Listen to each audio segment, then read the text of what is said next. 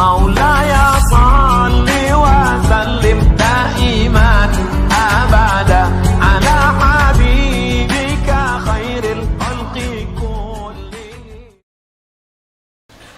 Di rumah tangga itu punya kewajiban infak. Dalil Quran surah keempat ayat 34 paling kiri sebelah atas. Ar-rijalu qawwamuna 'alan nisa bima faddalallahu ba'dahum 'ala ba'din wa bima anfaqu min amwalihim. Tolong fokus di sini. Infak pertama, kepala keluarga kepada anggota keluarganya. Saat Dzulhijjah ini, coba antum evaluasi. Bukan hanya meningkatkan kuantitas infak. Saya tidak bicara uang belanja tambah misalnya, atau anak-anak tambah bekal, bukan.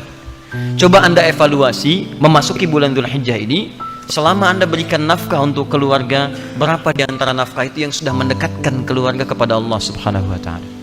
Cek. Anak-anak disekolahkan di mana? Antum capek-capek cari kerja, dibiayai, tiba-tiba setelah dewasa dia tidak bisa sholat.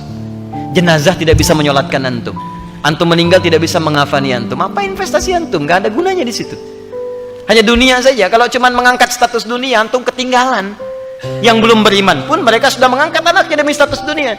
Anda pengen anak juara matematika, anak orang lain sudah dapat Nobel. Makanya saya katakan, kalau berlomba untuk urusan dunia itu kecil, nilainya nggak ada. Celupkan air ke dalam gelas, angkat sedikit, tetesan pertamanya dunia. Cuman segitu nilainya. Tidak berlomba untuk akhirat. Begitu Anda lombakan anak Anda untuk akhirat, maka dia akan jadi pemenang termasuk dalam urusan dunianya. Ya, dunia itu seperti bayangan. Kalau antum kejar-kejar, capek, nggak akan ketangkap. Ayo silahkan kejar bayangan, pulang di sini kejar tuh terus. Ya, capek antum. Caranya berbalik dari bayangan, maka bayangan akan mengikuti Anda. Cari akhirat, Anda tidak akan ketinggalan dunia. Ya.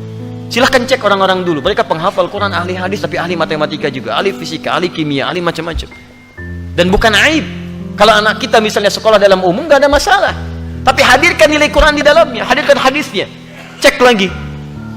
Rumah yang antum kemudian titipkan pada istri ketika antum bekerja, jadi apa di dalamnya?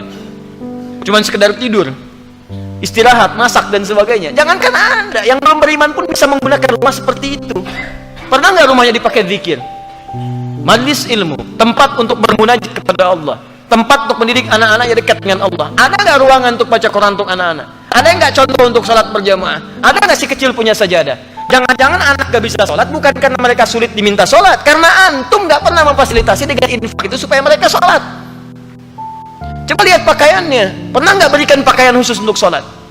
Coba lihat kelengkapannya, jangan-jangan di kamarnya cuma novel yang dikoleksi, bacaan Quran tidak pernah ada, mushaf tidak ada.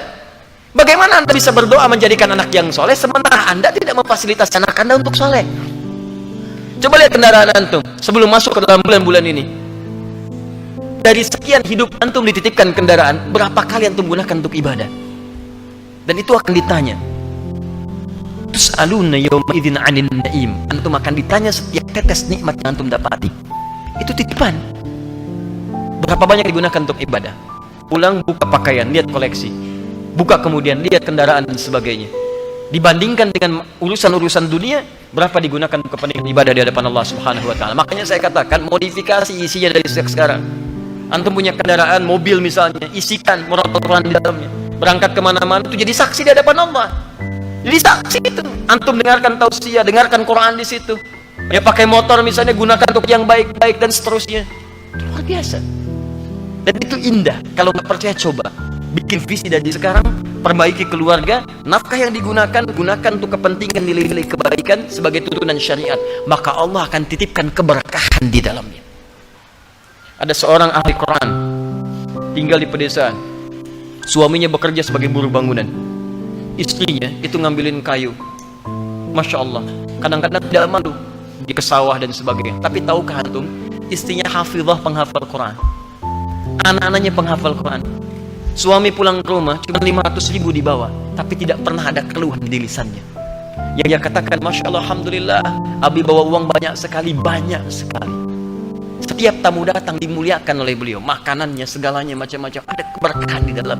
500.000 tahan dalam sebulan disebut banyak dan ada keberkahan di dalamnya. Antum 5 juta, 15 juta masih merasa kurang, butuh berapa lagi?